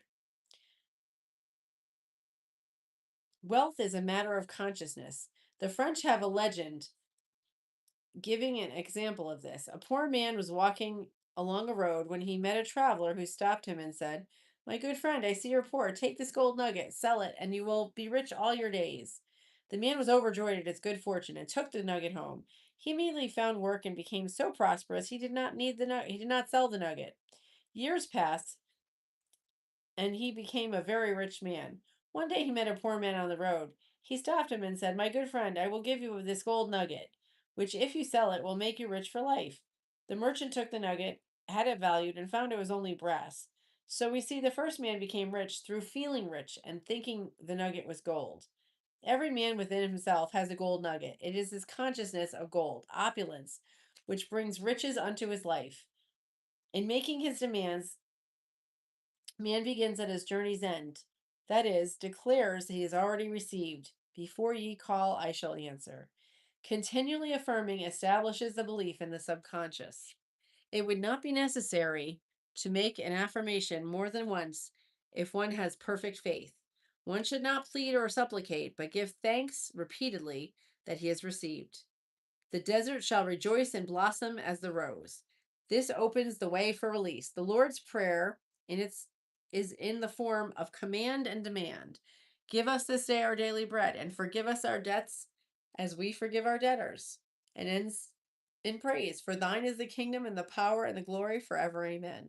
Concerning the works of my hands, command ye me. So prayer is command and demand, praise and thanksgiving. The student's work is in making himself believe that with God all things are possible. This is easy enough to state in the abstract, but a little more difficult when confronted with a problem. For example, it was necessary for a woman to demonstrate a large sum of money within a stated time. She knew she must do something to get a realization, for realization is manifestation, and she demanded a lead. She was walking through a department store when she saw a very beautiful pink enamel paper cutter. She felt a pull towards it, and the thought came, I haven't a paper cutter good enough to open letters containing large checks. So she brought the paper cutter with the reasoning mind she would have called an extravagance. Oh, she bought the paper cutter, which the reasoning mind would have called an extravagance. When she held it in her hand, she felt a flash and a picture of herself opening an envelope containing a large check. And in a few weeks, she received the money. The pink paper cutter was her bridge of active faith. Many stories are told with the power of the subconscious when directed in faith. For example, a man was spending the night in a farmhouse. The windows of the room had been nailed down, and in the middle of the night he felt suffocated and made his way to the dark in his and in the middle of the night he made his way to in the dark to the window. He could not open it, so he smashed the pane with his fist and drew in drafts of fine fresh air and had a wonderful night's sleep. The next morning he found he had smashed the glass of a bookcase and the window remained closed during the whole night. He had supplied himself with the oxygen simply by his thought of oxygen. When a student starts to demonstrate, he should never turn back. Let not the man who wavers think that he shall receive anything from the Lord. A student once made this wonderful statement. When I ask the Father for anything, I put my foot down and say, Father, I will take nothing less than I have asked for, but more. So, man should never compromise. Having done all, stand. This is sometimes the most difficult time of demonstrating. The temptation comes to give up, to turn back, to compromise. He also serves only who stands and waits.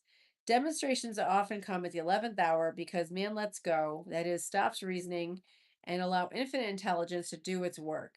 Man's dreary desires are answered drearily, and his impatient desires, long delayed, are violently fulfilled. For example, a woman asked me why it was that she was constantly losing or breaking her glasses. We found that she often said to herself and others with vexation, I wish I could get rid of my glasses.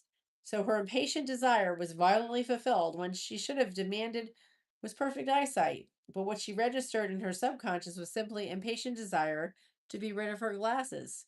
So they were continually being broken or lost.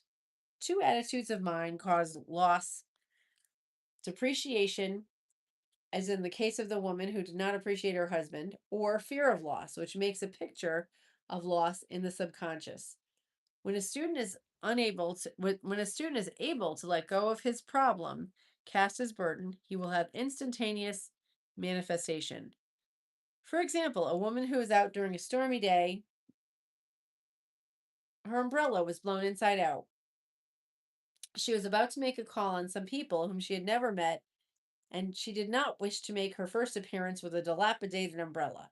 She could not throw it away, as it did not belong to her. So in desperation, she exclaimed, Oh God, you take charge of this umbrella. I do not know what to do.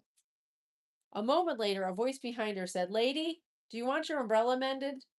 There stood an umbrella mender. She replied, Indeed, I do. The man mended the umbrella while she went into the house to pay her call. When she returned, she had a good umbrella. So there's always an umbrella mender at hand on man's pathway when one puts the umbrella or situation in God's hands. One should always follow a denial with an affirmation. For example, I was called on the phone late one night to treat a man whom I had never seen. He was apparently very ill and made the statement, I deny this appearance of disease. It is unreal, therefore cannot register in his consciousness. This man is a perfect idea in divine mind, pure substance expressing perfection. There is no time or space in divine mind. Therefore, the word reaches instantly its destination and does not return void. I have treated patients in Europe and found out the result was instantaneous. I am asked so often the difference between visualizing and visioning. Visualizing is a mental process governed by reasoning or conscious mind. Visioning is a spiritual process governed by intuition or the superconscious mind. The student should train his mind to receive these flashes of inspiration and work out the divine pictures through definite leads. When a man can say, I desire only that which God desires for me, his false desires fade from consciousness and a new set of blueprints get given to him by the master architect, the God within.